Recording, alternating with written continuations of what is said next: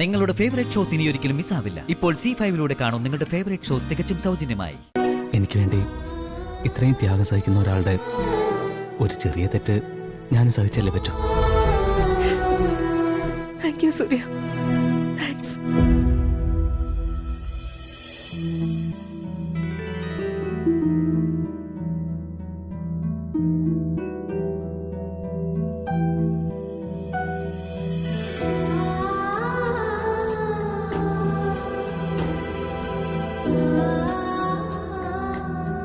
രാധികമോളെ, നിന്നോട് ഈ കുടുംബം എത്ര നന്ദി പറഞ്ഞാലും മതിയാവില്ല.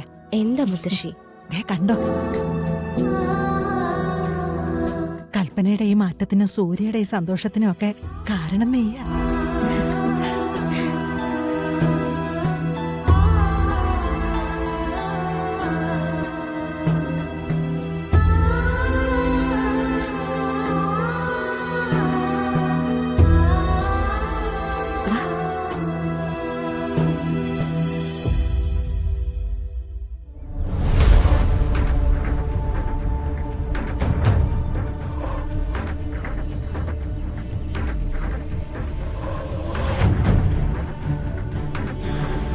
കൽപ്പന,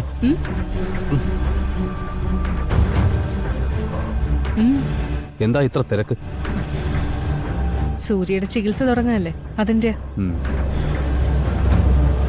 ആ വൈദ്യര് വലിയ ആളാന്ന് പറയുന്നുണ്ടല്ലോ, ശരിയാണോ? അതെ, അങ്ങനെയാ പറഞ്ഞത്. എന്ന് വെച്ചാ ഏട്ടന് കുറെ നാൾ കഴിയുമ്പോൾ എഴുന്നേറ്റ് നടക്കാം, പതിയെ ജീവിതത്തിലേക്ക് വരാം, അല്ലേ? അപ്പോ എന്റെ സ്ഥാനം എന്തായിരിക്കും?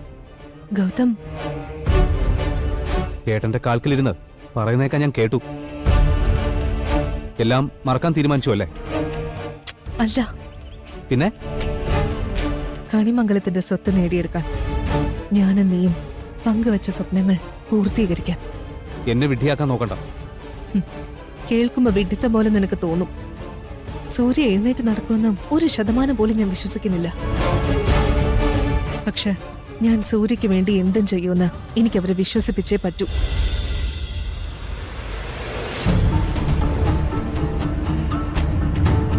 ഗൗതം, നാളെ ഒരു സുപ്രഭാതത്തില് സൂര്യ പഴയതുപോലെ തിരിച്ചു വന്നാ പോലും ആ മനുഷ്യനെ സഹിക്കാൻ എനിക്ക് പറ്റില്ല. അത്രയ്ക്ക് ഞാൻ നിന്നോട് അടുത്തുപോയി.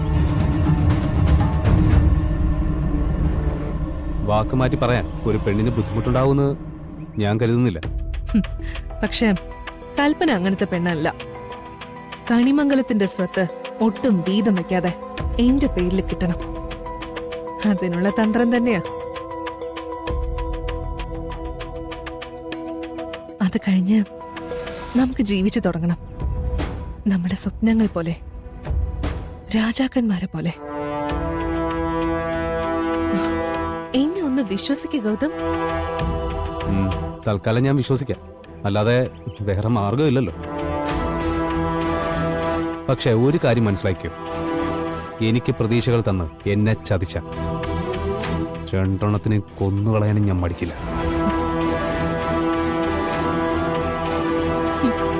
എന്തായാലും അതിനിടയുണ്ടാവില്ല. ഈ കൽപ്പനയ്ക്ക് ഒറ്റ വാക്കേ ഉള്ളൂ, ഗൗതമിനോട് പറഞ്ഞ ഒറ്റ വാക്ക്. അത് ഞാൻ പാലിക്കും. ഡൗൺലോഡ് ചെയ്യൂ C5 ആപ്പ്. കാണൂ എല്ലാ എപ്പിസോഡുകളും സൗജന്യമായി.